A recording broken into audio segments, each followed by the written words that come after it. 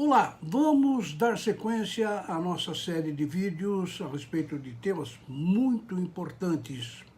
Bem, nós somos aqui da editora CPA de Sorocaba e ao meu lado eu sou o Newton Gomes e ao meu lado a Júlia Gomes Coletti. Oi, Júlia. Olá pessoal, bem-vindos à nossa série de vídeos falando sobre o pacote tributário que o governo federal pretende enviar ao Congresso Nacional após as eleições presidenciais. Exatamente, o governo está, toda a equipe lá, os técnicos, estão formatando esse tal pacote tributário e até lá bom. Bom, nessa série de vídeos nós já produzimos 4. O primeiro falamos a respeito de mudanças pretendidas no Simples Nacional. O segundo, nós falamos de um plano de reformulação do imposto de renda da pessoa jurídica e da contribuição social sobre o lucro líquido.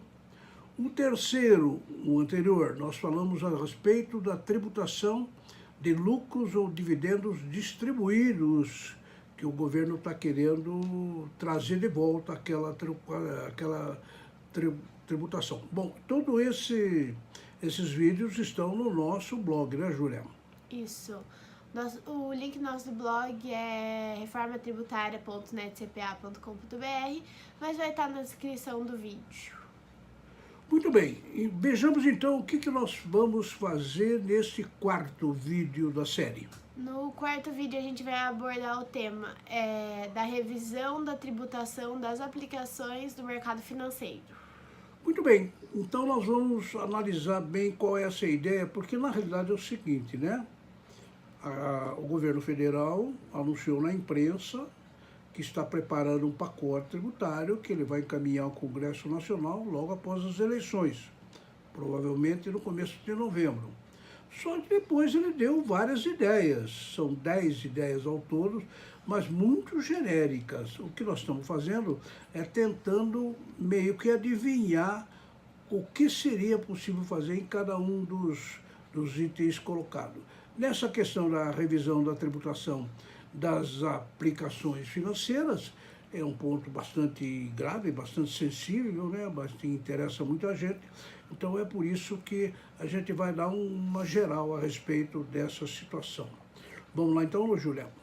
Bom, nos últimos 2 anos a discussão sobre a necessidade urgente de uma reforma tributária está sempre presente, isso é um fato. Isso. Você nota que está na imprensa, está nos jornais, está na televisão, nas rádios, enfim, a reforma tributária praticamente ela veio à tona, por várias razões, claro. Primeiro, porque a situação tributária no Brasil é caótica, né? E segundo, porque, claro, nós temos que acertar toda a situação, que isso está virando uma situação insustentável. Então, nos últimos 2 anos, 2016, 2017 e esse 2018 também, nós temos notado que esse assunto está na pauta e todo mundo está conversando sobre isso. Muito bem, mas quando a gente começa a falar de tributos, sempre surge uma discussão. É inegável que cada vez que se discute política tributária, a questão da tributação dos rendimentos do trabalho, quando comparada com a tributação dos rendimentos do capital, sempre vem à tona.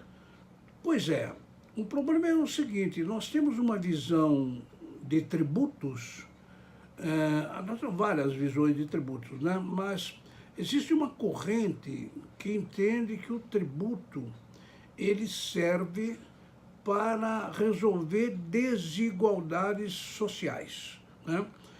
Serve para equilibrar a economia, etc. Tal.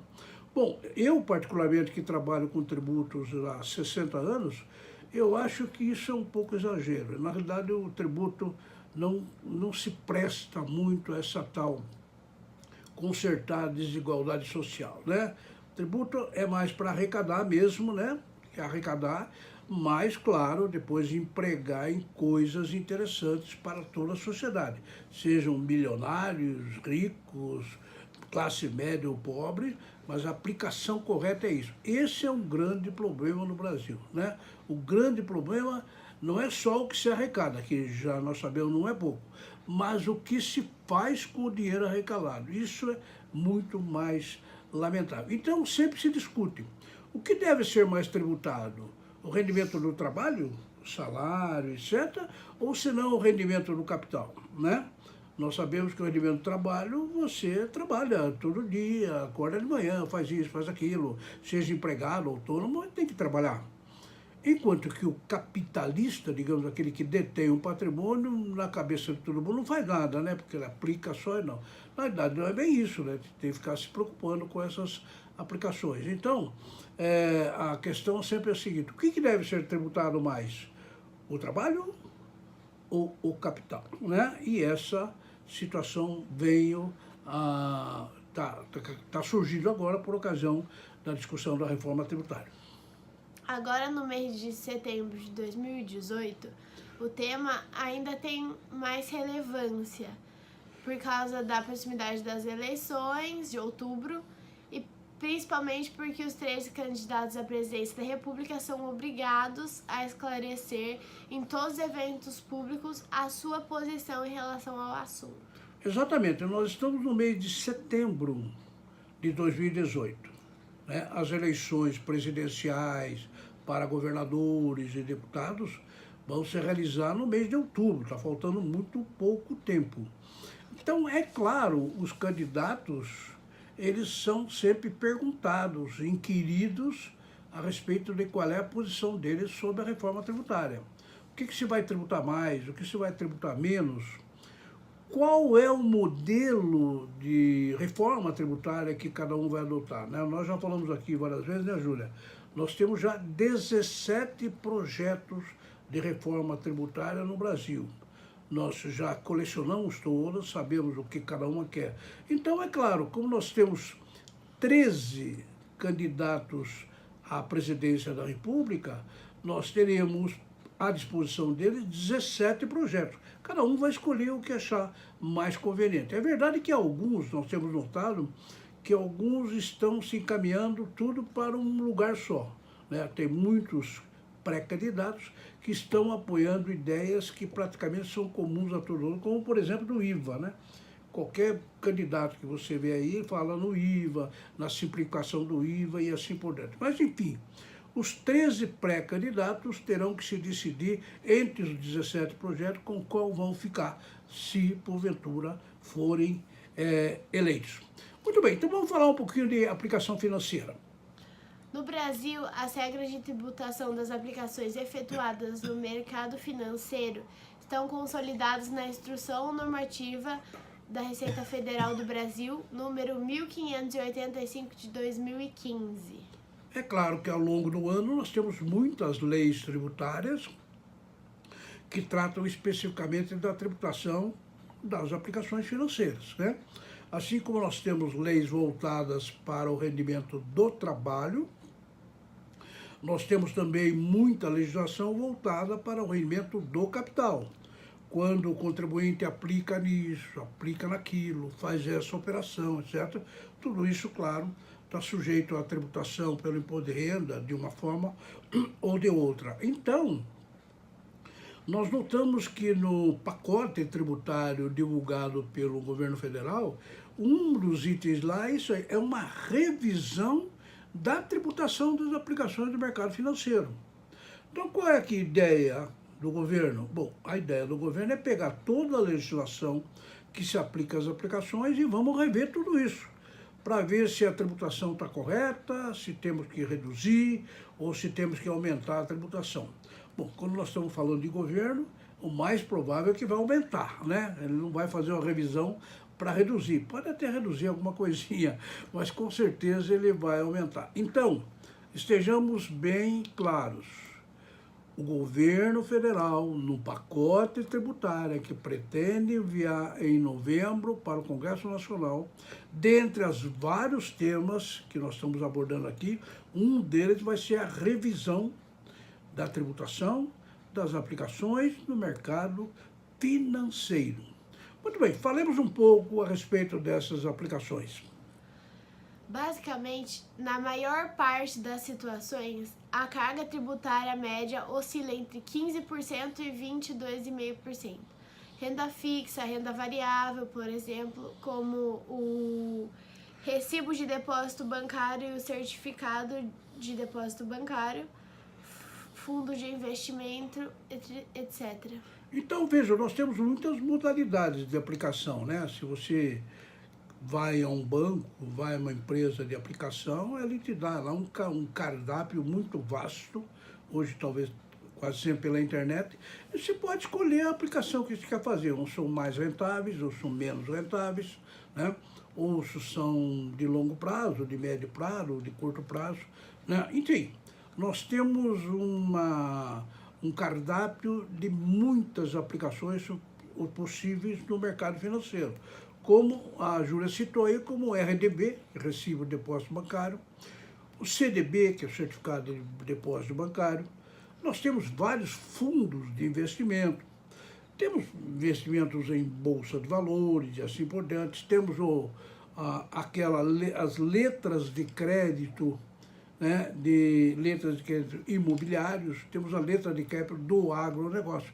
Enfim, o cardápio de aplicações financeiras é muito extenso. Mas o que a gente nota numa leitura dessa Instrução Normativa 1585, que tem mais de 100 artigos, o que a gente nota é que a média de tributação dos rendimentos da aplicação financeira, ela oscila entre 15% a 22,5%, né? Quanto maior o prazo da aplicação, o imposto de renda é menor. Quanto menor o prazo da aplicação, o imposto de renda incidente é maior. Então, basicamente, é disso que é composto aí o mercado de aplicações financeiras, né? Agora, na maioria desses projetos que estão sendo discutidos, o que acontece, Júlia? Na maioria dos projetos, a tributação de rendimentos de aplicação financeira não é abordado com muita profundidade, mas recentemente o tema tem sido tratado com mais importância.